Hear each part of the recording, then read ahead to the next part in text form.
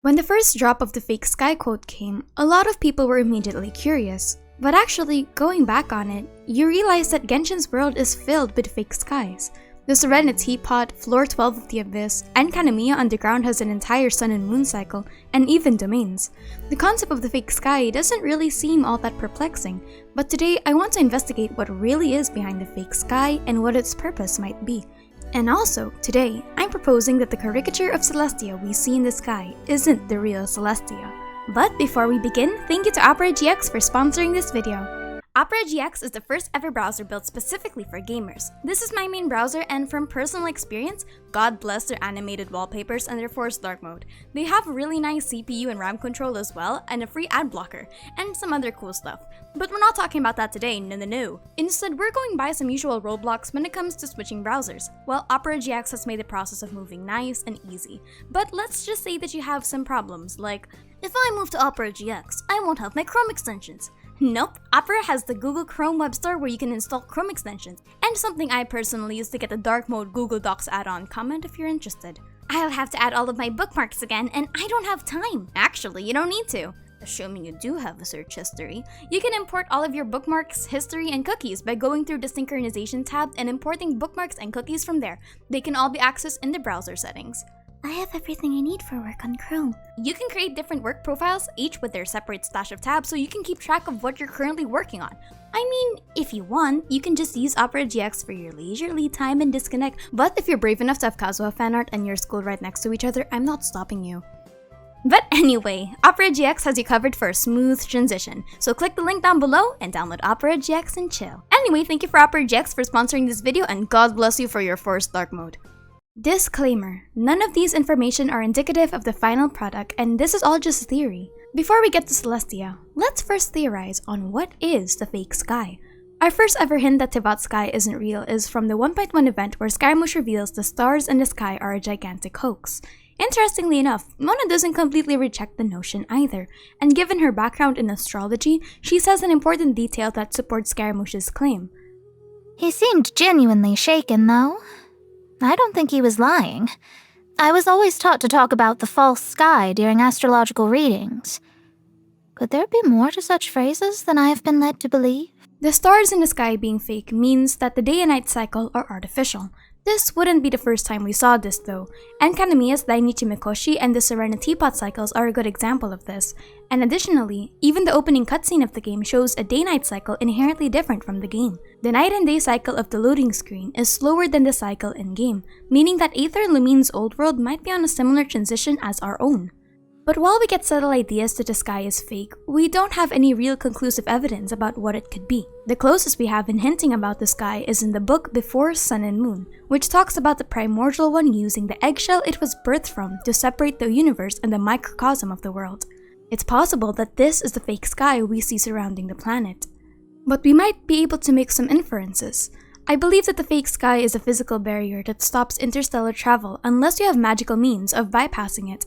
Consider it something like a background in a movie, where while it seems endless, the actual boundaries of Tevat stop any normal creature from using an airplane or a dragon to fly to the heavens. We only know at least 3 creatures that have descended to Tevat from another world. We know that the Traveler Twins are stars that came to this world and have tried to leave it by assuming a stellar form. This is what we see in the trailer where both the twins fly across Tevat in the form of stars. But there's also a second throne that came to this world that waged war on Celestia. Given a throne is a kind of angel like the primordial one, and the primordial one is also an alien from another world or universe that came to Tevat, we can assume that extraterrestrial creatures have a way of passing through Tevat without any problem. But it's going out of the world that is more difficult. We only have hints of one person that has traveled universes and worlds outside of the realm of Tevat's planet. Alice, or Klee's mother, is the only person who suggests to have been to different kinds of worlds and universes altogether. In the KFC Glider lore, it suggests that she's been to a Genshin equivalent of Earth, and she also tells the story of Aloy, who is from another separate planet and timeline. So if we consider this means that the sky is a physical barrier that keeps the people of Tevat in, and perhaps even outside forces out, but not perfectly. To add to that train of thought, this theory has parallels with other worlds and realms that we've been to. The spiral abyss and domains require portals to travel into. On the other hand, cracks in Tevat's surface world are what connects it to the underground world of the abyss, as said in Tartaglia's story. Enkanomiya also works the same way, where we fall through the opening connecting to the realm of Enkanomiya. But Enkanomiya's sky in all totality is a physical barrier as well because it's underground. So to that I ask, if the world's sky is a physical barrier, what's above it?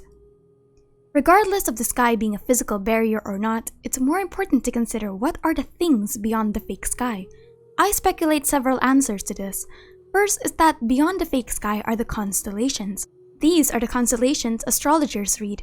Constellations may be physical stars that reside beyond Tevat's star system. In the 1.1 event, we are aware that the meteorite was from someone's constellation that fell off, which means that a person's fate is dictated by a constellation in the known universe somewhere, and it can be searched for. The true constellations that we have in Tevat's universe may also only be connected to the residents of Tevat. Aloy, for example, has her constellations as Star of Another World, and while the Traveler might be a good contradiction to this assumption, the Traveler themselves are stars, and their constellation material, instead of being known as Stella Fortuna, are instead called memories.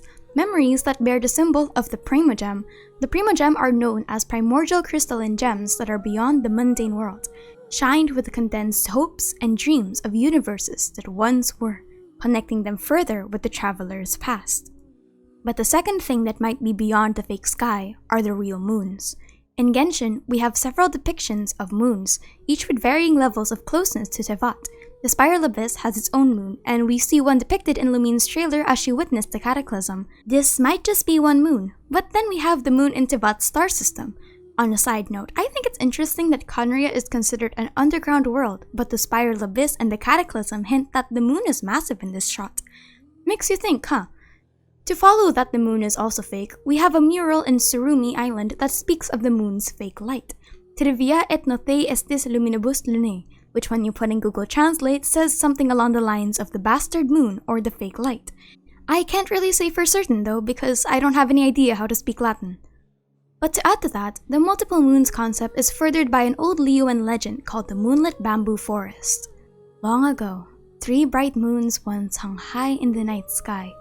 These 3 moons were sisters, their years numbering more than that of the Geo Archon, and their year of birth dating before the very bedrock upon which Liyue Harbor now rests. They navigated the heavens above in their silver carriage, alternating with one another thrice a month. If the rain was not promptly passed from one sister to the next, a terrible disaster would occur that very day. The 3 sisters shared an equal affection for their one and true love, much like the affection they shared for one another. But this was all before the world was smashed against the tides of great calamity. The 3 sisters of the night turned against one another, leading to their eternal parting by death. Only one of their pale corpses now remains, ever shedding its cold light.